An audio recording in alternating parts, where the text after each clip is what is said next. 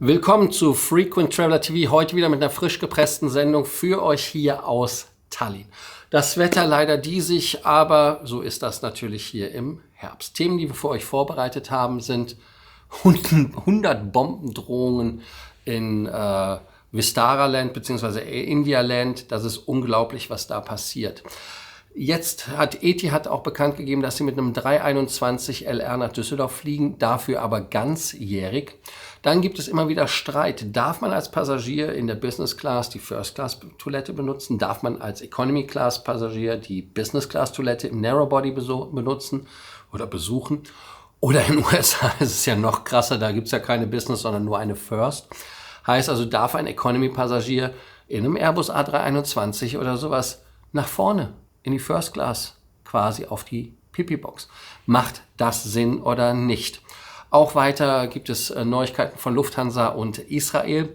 Wir haben auch nochmal die deutschen Flughäfen im Winter im Visier. Da gibt es relativ spezielle Nachrichten oder eine Eiszeit. Kann man auch so sehen. Ihr denkt dran, wie immer den Kanal zu abonnieren, die Glocke anzumachen, ein Like dazulassen, euren Kommentar dazu zu lassen und danke für die Kommentare. Gestern habt ihr ja richtig euch Mühe gegeben. Ich gehe hier in Arbeit unter. Das ist halt, wenn man eine One-Man-Show ist, leider so. Aber trotzdem danke für eure Unterstützung und denkt dran natürlich, wie immer den Kanal zu abonnieren, die Glocke anzumachen, ein Like dazulassen und was habe ich denn gesagt? Glocke, das ist das neue Like. Kommentieren. Also so eine kleine Wiederholschleife ist wohl meiner Krankheit geschuldet. Wir gehen auf das erste Thema ein und das erste Thema, was wir heute haben, ist Vistara bzw. India, 100 Bombendrohungen in der indischen Luftfahrt. Das geht natürlich auf keine Kuhhaut. Einige von euch haben das sicherlich mitbekommen, dass es da eine Landung gab, zum Beispiel bei den Freunden hier, und zwar als man mit einer Boeing 787 von Vistara auf dem Weg von Delhi nach United Kingdom war, dass man in Frankfurt zwischengelandet ist, weil man eine Bombendrohung hatte. Das war der Flug UK 25 von Sonntag. Und auch solche Sachen sind dann natürlich relativ problematisch. Also es ist auch schon wieder eine Bombendrohung dann eingegangen. Dann war es so, dass man in Afghanistan die Notlandung machen wollte, weil der Flug quasi auch einer da über Afghanistan war. Aber dann ist man doch nach Delhi zurückgeflogen und landete sicher. Es war natürlich falsch. Und 100 in einer Woche, abgesehen davon, wer macht denn sowas und warum? Und bei Vistara gab es 6 an einem Tag und die ist es halt wirklich so, dass man das jetzt nicht bei Vistara festmachen kann, sondern bei allen Fluggesellschaften, die es da gibt. Und da ist es halt wirklich so, dass es wirklich ein Problem darstellt. Denn in Deutschland und in der Schweiz und in Österreich ist so etwas natürlich strafbewehrt. Das ist natürlich goldrichtig. Heißt also, wenn diese ganzen Bombendrohungen nach einem bestimmten Muster verlaufen wie hier, ist es so, dass es in sozialen Netzwerken Ankündigungen gibt, dann geht es weiter, die halt Posts oder Anrufe mit ähnlichem Inhalt. Und wer genau dahinter steckt, ist halt so ein bisschen unklar und vor allem auch warum. Denn wenn man ehrlich ist, ist es so, dass es erst eine Verhaftung gab mit einem Minderjährigen, also ein Lausbubenstreich, wie man sagt. Ich habe während meiner Kindheit Klingelstreiche gemacht und fand das schon aufregend, bei irgendwelchen Häusern die Klingeln zu drücken und dann wegzurennen. Aber das ist natürlich eine ganz neue Qualität. Und es ist halt so, dass man natürlich da mit hohen Geld- und Freiheitsstrafen rechnen muss, weil auch einem Kosten auferlegt werden können. Wenn ihr eine Idee habt, wer für so einen Schabernack zuständig ist und wer da irgendwie einen Sinn drin sieht, kannst ja ausrechnen, teilst du einfach mal 100 durch 7. Daran sieht man ja auch schon alleine, dass das an einem Tag über 14 Stück sind. Und das geht ja echt auch keine Kuhhaut. Das ist komplett Banane. Also da kann ich euch ehrlicherweise nicht sagen, was da für ein Grund ist, ob da irgendjemand an der Marmel hat oder ob es einfach daran liegt, dass man glaubt, dass wenn man in Social Media was sagt, dass das kein Schwein interessiert. Wahrscheinlich. Ja. Wir gehen mit dem nächsten Thema weiter und da gibt es nur ein oszentatives Atmen. Also das Ein- und Ausatmen so. Genau. Und da geht es um ein Thema, und zwar Winter 2024, 2025. Da gibt es Nachrichten, dass an deutschen Flughäfen auch relativ wenig los sein wird, also weniger los als normal. Heißt also, dass man dort bis einschließlich März 2025 nur 111,2 Millionen Sitzplätze anbieten wird, die von oder nach Deutschland fliegen. Das sind zwar 5% mehr als im gleichen Zeitraum des Vorjahres, aber 16% weniger als im Vergleichszeitraum vor der Corona-Krise. Der BDL sagt, dass es natürlich als Grund die staatlichen Steuern hat und die Gebühren, dass die Fluggesellschaften da keinen Bock drauf haben, das zu machen. Und natürlich ist auch so, dass mit am meisten der innerdeutsche Flugverkehr betroffen ist. Heißt also, nur noch 48% des Angebotes auf 2018/19 sind jetzt im Angebot. Auch eine krasse Nummer, wenn man überlegt, wie die Bahn sich verhält, dass viele Leute wahrscheinlich froh wären, wenn wir nur ein paar Flugverspätungen hätten.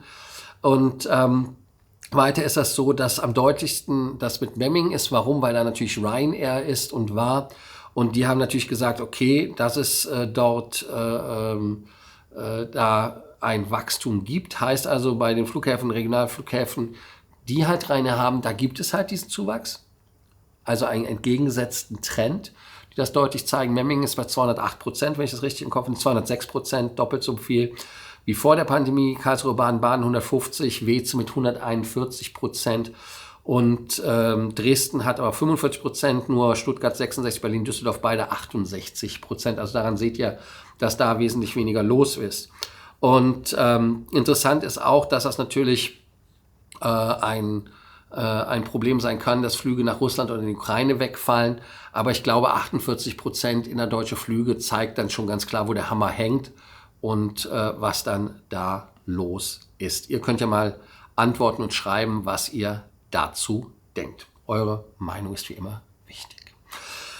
Wir haben jetzt einen Vorwurf an die Austrian Airlines. Wenn man sich das anguckt, das kann ja auch nur krass enden. Ihr erinnert euch alle an den Flug, der von Palma gestartet ist, wo man in eine Gewitterfront reingeflogen ist. Und da geht es so, dass man die Akten des Pilotentrainings wohl frisiert hat. So sagt man es.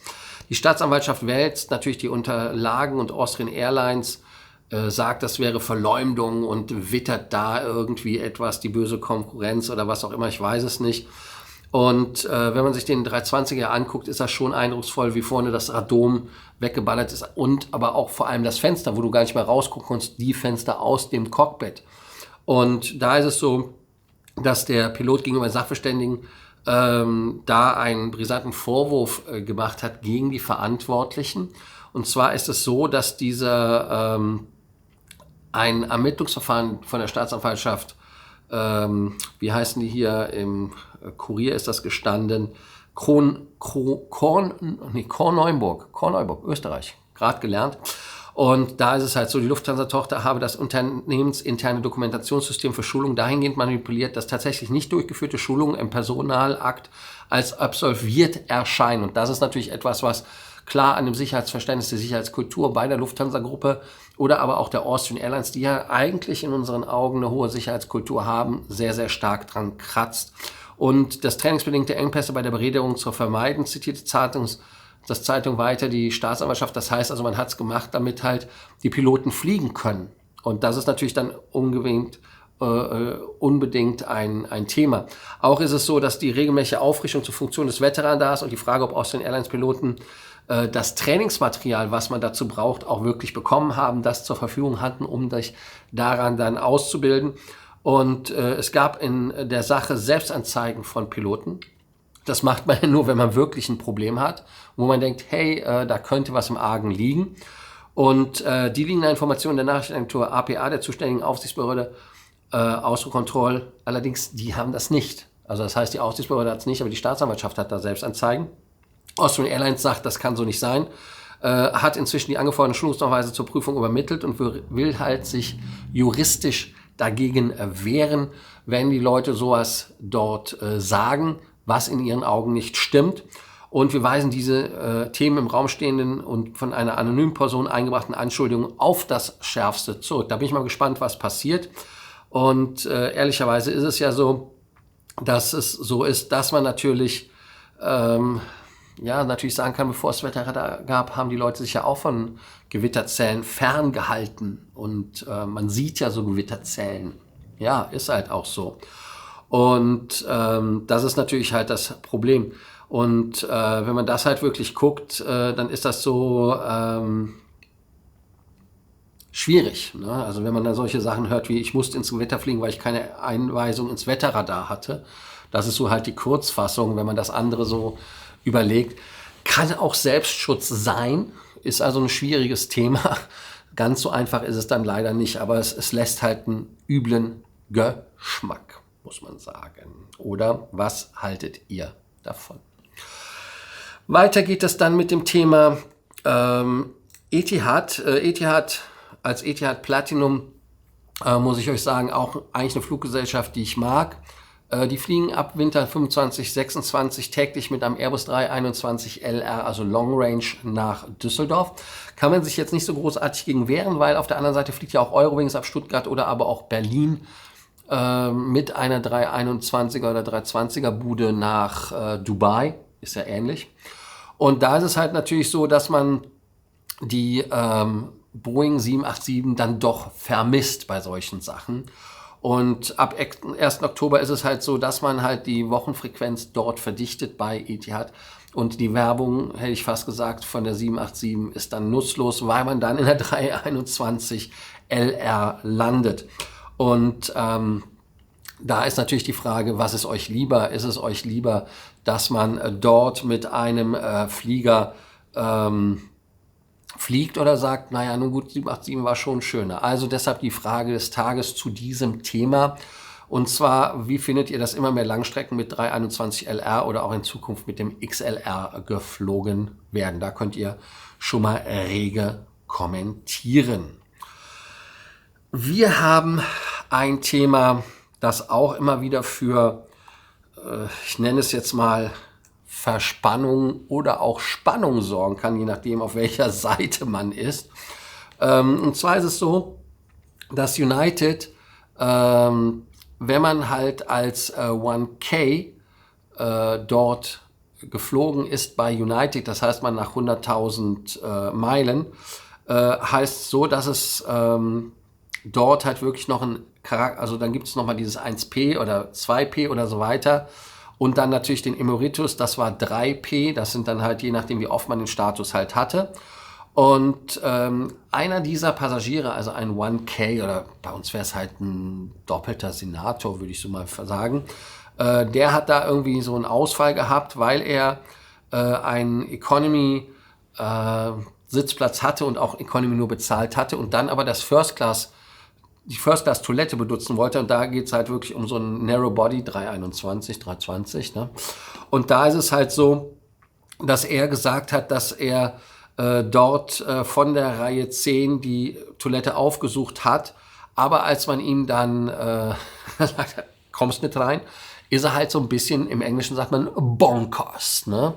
Und da muss man dann ehrlich sagen, dass die Flugbegleiterin gesagt hat, nee, das ist exklusiv für die First-Class-Passagiere. Und das ist natürlich dann ein Problem. Und ich kann auf der einen Seite verstehen, wenn man in der Reihe 10 sitzt, dass man auf die Toilette will, weil man muss. Ne? Und wenn dann Trolley ist und so weiter. Und ich habe auch oft erlebt, dass halt Flugbegleiter und Flugbegleiterinnen gesagt haben, hey, wir machen gerade den Service, geh mal vorne. Ne? Und dann kommst du nach vorne, gehst durch den Vorhang, was man sieht hier. Und dann sagst du, Anita hat mich geschickt. Ne? Dann klappt das auch. Aber das ist halt dann die Ausnahme. Und die Fragestellung ist halt hier, ob halt mit einem First-Class-Ticket oder Business-Class-Ticket in Europa damit auch die Benutzung der Toilette exklusiv einhergeht oder halt nicht. Und natürlich, ja, es ist ein Unterschied. Wenn ihr überlegt, ihr habt ja hinten im Heck die Toiletten, wenn die da im Schwanz sind, das sind ja noch nicht mal richtige Toiletten, das sind ja nur Behelfstoiletten von der Größe her für mich, wenn ich da drin bin. Ich muss ja rückwärts rein und raus. Ich benutze sie einfach aus Prinzip nicht, da schwitze ich das lieber aus. Und auf der anderen Seite ist es natürlich auch so, es gibt gar nicht so viele Toiletten in dem Flugzeug, in Anführungsstrichen. Ist das jetzt ein Problem oder nicht? Ich habe das auf Flügen auch schon erlebt, dass Leute die Business-Class-Toilette genutzt haben, und sie waren keine Business-Class-Passagiere, aber war mir ja Wumpe. Hat man halt dann quasi so ein Anrecht drauf oder nicht? Ist das so, dass man sich verkneifen muss, wenn da so ein Service ist? Und ihr wisst ja teilweise, wie lange der Service ist. Man muss halt pischern oder was auch immer. Und dann kommt man halt nicht durch, muss dann halt warten. Ist das ein Sonderfall? Und da muss man halt wirklich gucken, ob man halt sagt, ja, wir haben da eigentlich keine Policy dagegen. Und hier ist es ja halt zum Beispiel so, dass American Airlines sagt, die haben keine Policy dagegen. Hat Lufthansa eine Policy dagegen? Ich weiß es nicht. Aber was ist eure Meinung dazu? Und dazu die zweite Frage des Tages.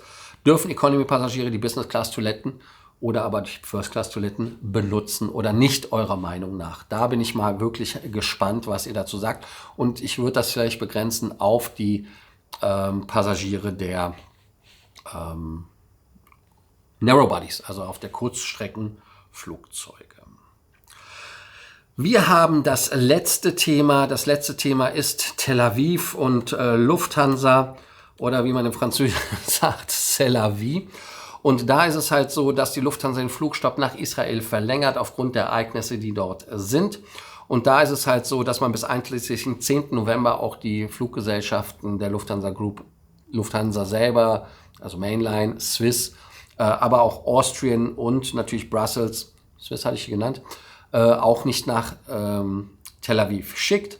Heißt also, die Strecken von Frankfurt, aber auch Wien und so weiter werden damit gestrichen. Betroffene Passagiere können natürlich kostenfrei auf ein späteres Rückflugdatum umbuchen. Und natürlich gibt es auch Änderungen nach Beirut. 30.11. ist da im Moment der Tag und 31.10. Teheran. Wobei ich aber auch glaube, dass Teheran demnächst in Verlängerung geht. Wir haben ja heute immer noch den 22., heißt also bis zum 31. Da sollte halt in 1,5 Wochen nicht viel passieren, auch wenn da jetzt die Angriffspläne anscheinend von den Amerikanern, von dem israelischen Angriff geleakt worden sind, damit die Israelis das nicht machen. Wir gehen jetzt auf das Thema ein, und zwar Fragen des Tages. Heißt also, die erste Frage des Tages ist nochmal für euch zur Wiederholung. Ist es so, dass die Langstrecken von Kurzstreckenflugzeugen geflogen werden, für euch ein Dorn im Auge sind? Oder sagt ihr, naja, gut, von Düsseldorf oder von Stuttgart komme ich halt dann mit dem Narrowbody nach Dubai, nach Abu Dhabi, um hier Beispiel zu nennen. Oder vielleicht auch irgendwann mal an die Ostküste, wenn die XLRs da sind, die Lufthansa ja nicht will. Ne? Aber es kann ja andere Fluggesellschaften sein, die dann rüberfliegen. Bei JetBlue hat das ja nicht ganz so geklappt. Und dann die andere Frage ist, First Class PP-Box für Economy-Passagiere oder Business Class PP-Box für Economy-Passagiere, wenn wir auf europäische Narrowbodies gehen. Was ist da eure Meinung? Da solltet ihr jetzt quasi sagen, was ihr dazu denkt. Ich bin einmal gespannt, was eure Meinung dazu ist. Und ich freue mich auf eure Themen.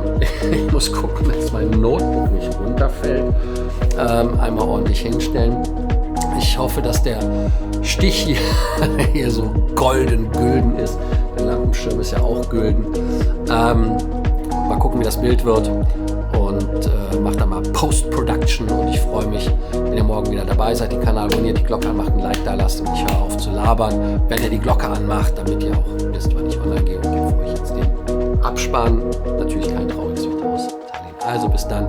Ciao, ciao. Bis morgen in Alter und in Frische. Jetzt aber tschüss. Ich habe, glaube ich, den Knopf zu früh gedrückt. Bin wieder da, aber bin jetzt wieder weg.